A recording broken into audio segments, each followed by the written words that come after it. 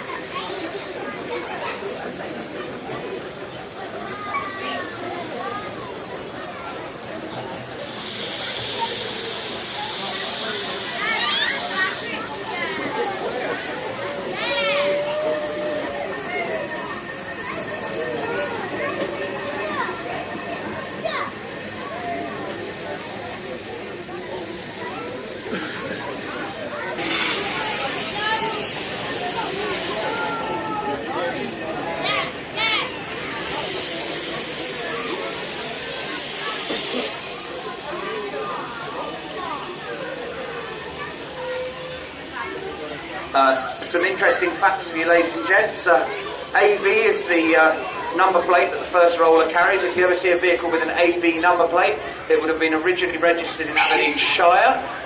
The next roller along has got an SA number plate, which is another Aberdeen number plate, and you'll find a couple of other engines here today with SUs are also Aberdeen number plates. So this roller, which was fleet number 3 in the Aberdeen County Council fleet, built in Leeds in 1934, I believe.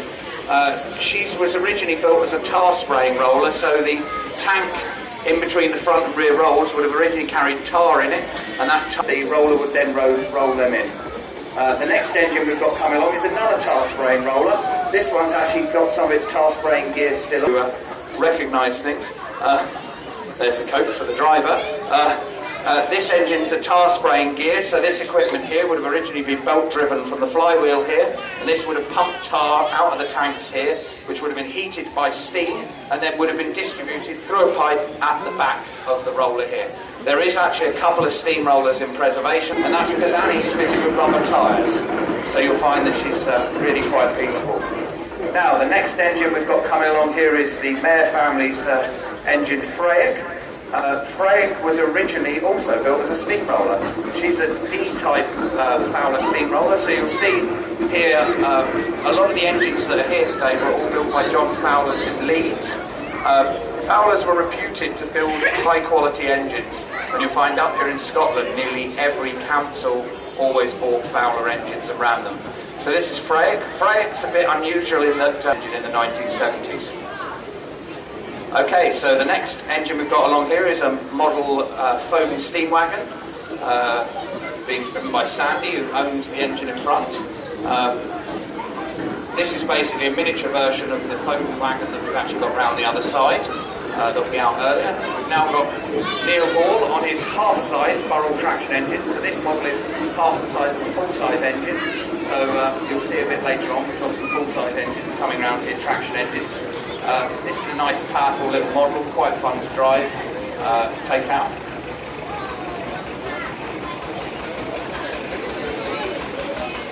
Now we've got Spitfire coming past. This engine's quite unusual. She's a Wallace and Stevens advanced roller. You'll see that she's the only engine here today that doesn't have a flywheel. And the reason that was designed to allow her to roll asphalt, and the roller is designed to very quickly go backwards and forwards. You'll also see that she's a bit of a different arrangement, and that was basically developed so that you get the same amount of force on the front rolls as you do the rear rolls. That's David driving that and his son Patrick doing the steering there.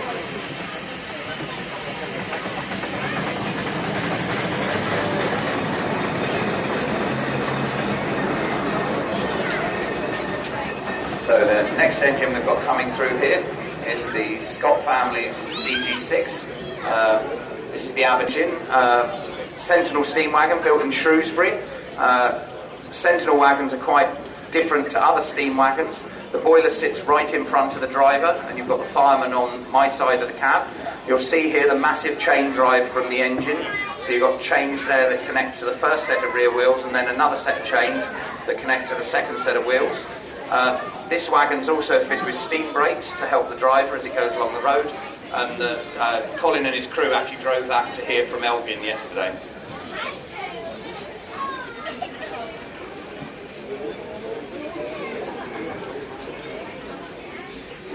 Okay, this one's a 4.5-inch model Burrell here. This is another model built by their owners, and you'll see here how powerful a model can actually be. Now, one of the most significant exhibits we've got here today is the Grampian Transport Museum Sentinel steam wagon. This is the oldest, it was believed that was never going to be contended, but somebody in England has brought back an older version from Argentina. So she's quite unusual. What's odd about Sentinels is that they were one of the first companies to really look at how to mass produce steam wagons. And they originally were manufactured in Glasgow, and they realised that they couldn't manufacture them fast enough and quickly enough. So what they ended up doing was moving their entire manufacturing plant to Shrewsbury in England. That one at the back there, the blue one, is the only one that was built in Scotland, whereas the other two, the two green ones, were both built in Shrewsbury in England.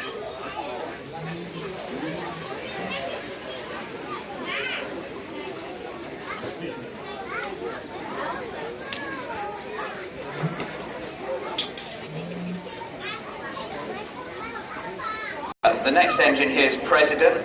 She was built by Burrells in 1907, and she's actually a contractor's locomotive. So you see on the side of the cab it says George Caldwell Gedney Marketing, steam ploughs and haulage on the back. She was designed for road haulage work. Quite an unusual engine. She's an 8 nautical horsepower, so that's almost as big as you get for a steam engine. And she's got 7-foot rear wheels on her.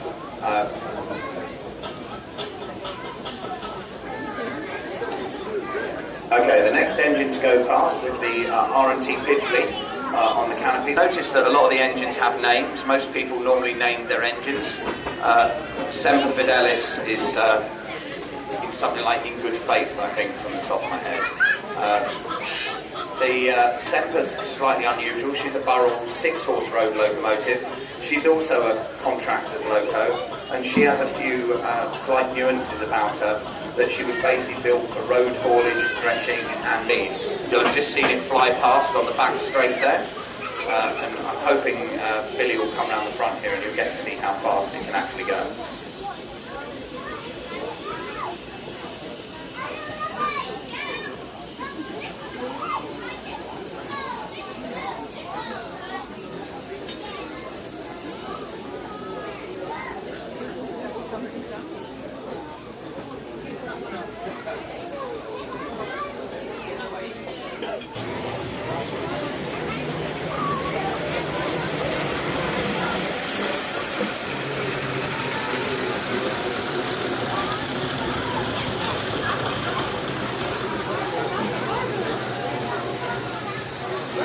Now we're going to have some commentary from inside the cab of the Sentinel steam wagon. These vehicles are quite unusual to drive. This one dates from 1928 and spent its entire working life working for seniors in Sheffield, and then Brown Bailey steels in Sheffield as well.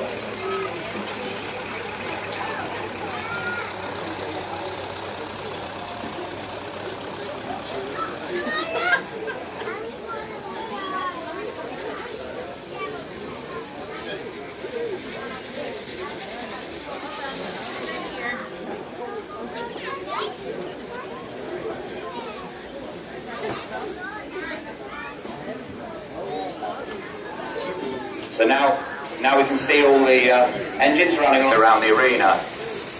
Now this green Sentinel, built in 1928, as I said there, supplied new to seniors in Sheffield. She was one of the last Sentinel steam wagons to work in commercial service in Sheffield right until the 1970s. So a very unusual machine, a bit different for people to see, and this engine was driven here to the show yesterday along the road. We run at about 20 miles an hour on the road, so we've got a fair turn of speed if we want it.